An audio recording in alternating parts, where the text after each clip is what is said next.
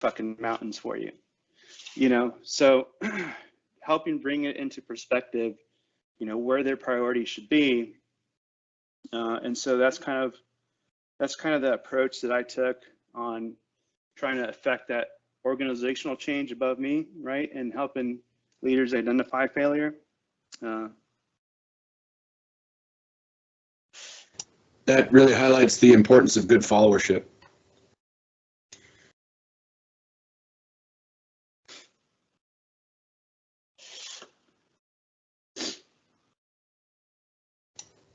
Hit your mute there, Dan.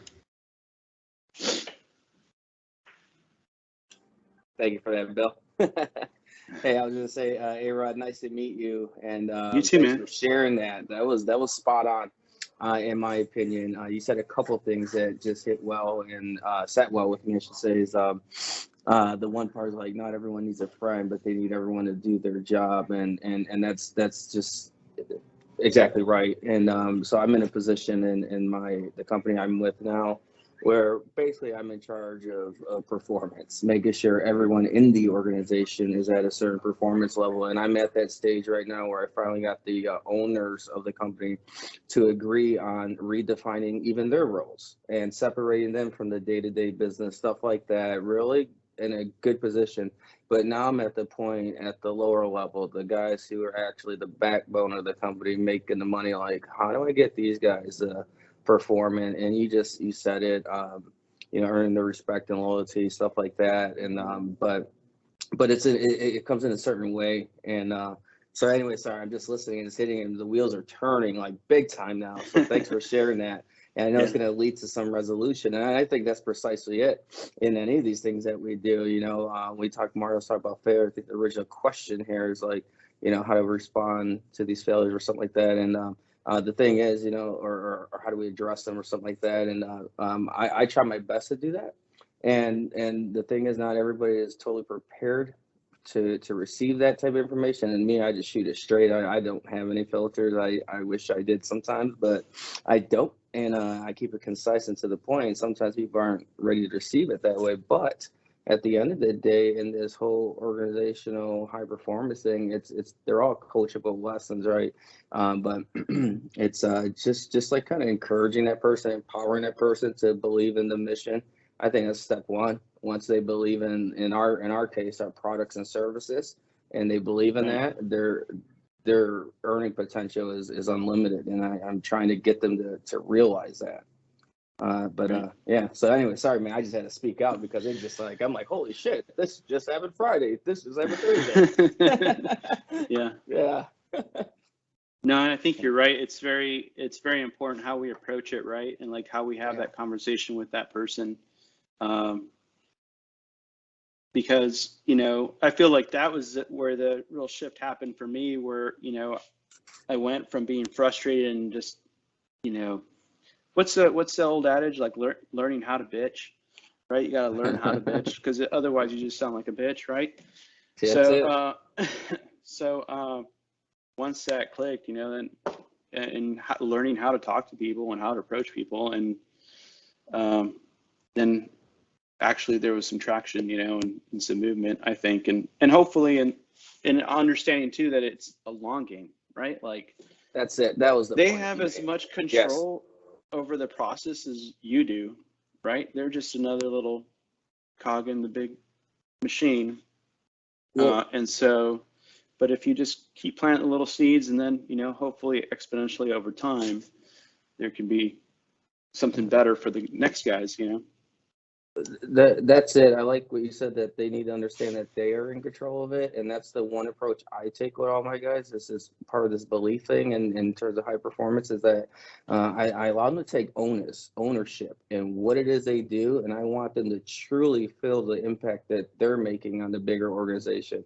And there's different ways on how I explain that to them or make them feel that way, but that's really it. You know, people may not remember what you do or say, but they'll remember how you make them feel, and then that's when people just start performing. But it goes back to your other point too, man. There's a hard balance in that where, yeah, we look at the job, but what about all those other things that allow us to physically get to that job and be there? And that's another situation I'm kind of dealing with, because it's the civilian world here. It's not like the family that you have in the military. where like, Right. for instance, we have a guy who, once a guy whose car broke down, his wife is leaving him. It's like, how do we actually help with those things as a company, as a business, as owners and managers? It's like, it's hard. It's a little bit of a fine line. So we definitely are looking for that angle as well on how do they balance that full life cycle.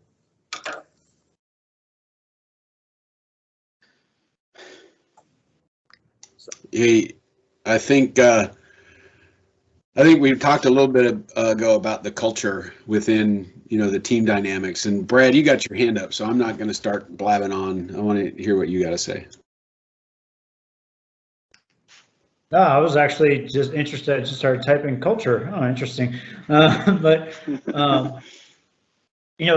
kind of to come back to the skeleton of this whole thing. What is it about failure? Like, what are the failures in those situations that people are afraid of? You talk about, you got a brand new flight commander comes in, or a brand new leader comes in, wherever it is. And, you say like the talk about, hey, you're not here to be their friend, you're here to be their leader. What are they afraid of about that? What are they worried about screwing up? What are they worried about doing wrong? What are they worried about failing at? And like, why do people want to be liked so much versus, respected and followed sometimes? I don't know, just some thoughts that came to mind with this whole conversation, coming back to the subject of failure. Like, what are the failures there? And do people unintentionally stumble into real failure trying to avoid little, inconsequential failures? Like, oh, well, that guy doesn't like me. Yeah, but who cares, right? What do you guys think about that? I kind of think about, oh, sorry, go ahead. Sorry, man. I think our society, we want people to like us, and we're more of an instant gratification society these days. And social media, people post stuff to get likes or to get sympathy or to, you know what I mean? It just that whole thing. But I think it's just in our nature to want to be liked, and it's being able to see the consequences of being everybody's buddy, and hopefully the senior leaders, we learn through the process of the military does a pretty good job of training us on leadership things to do, on stuff like change management and team dynamics and all of that other stuff. And it's something that folks in the civilian world don't have that. We don't. The companies do have some. They do send people to some courses depending on where you're working. But having veterans that have been successful or that have been through a lot of that training in certain companies really helps in sort of a non-tangible ways to understand immediately team dynamics. And Dan, you've been through all of the trainings that you got to before you got retired, and how that it applies to the teams that you're working in the civilian world. And you can see it and apply it constantly. And it's funny, again, circling back to the failure option, people don't want to fail either, but I've had discussions with my boss in where I currently work, and have said, look, sometimes you have to fail. They're going to keep asking us to do things, but let's be strategic on how we fail. Let's try and make sure that what the consequence isn't that they pull all of they zero out our contract and go work with someone else. You know what I mean? So, but having the courage to fail is that's a hard thing to grasp, especially when again our society people just want to be liked and want to be everybody's buddy. Yeah, good point. Brad. Yeah, I just got to throw in something because I just typed this in the notes while you were talking, Bill. Failing strategically is such an awesome concept that so many people, including myself, are really bad at, right? Because what do we want to do? We want to win all the time, right? We got to win at everything. We got to kick ass no matter what. They cut resources, they cut whatever, they cut time, whatever it is they cut. We still got to make the mission happen, right? No matter what. No, actually, sometimes you don't. Sometimes you have to fail, or people won't get the message. You know, They won't know that there's a problem if you don't actually fail. If you just keep putting a Band-Aid on everything, well, things must be good. You know.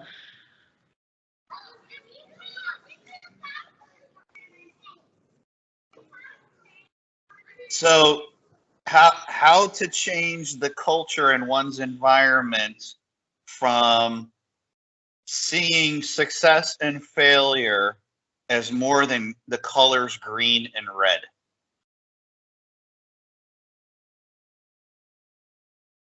And understanding that there are different spectrums of the color between the two. That it's not dualistic, it's not a go or no go, it's not just one or the other.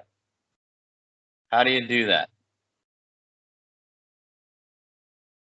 Can you do that?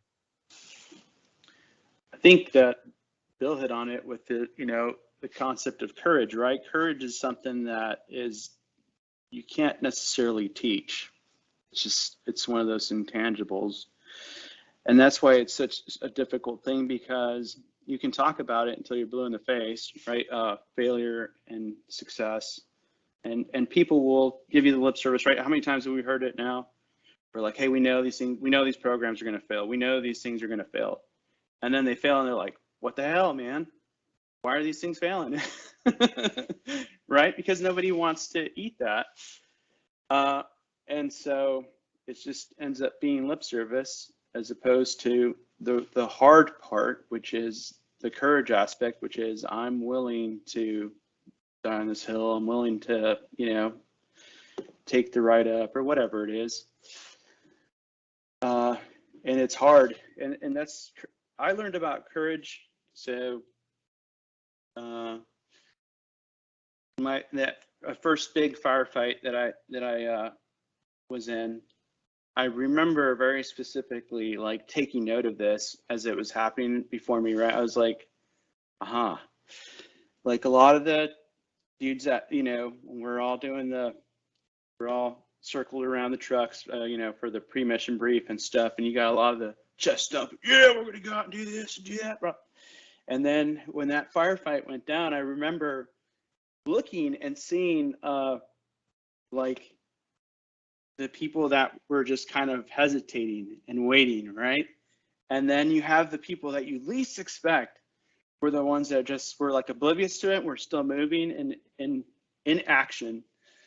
And then that created the momentum for everyone else to be like, oh yeah, okay, it's safe, I can run in. And so nobody wants to be the first one to die, right? Nobody wants to jump out and be like, oh shit, no, it wasn't safe.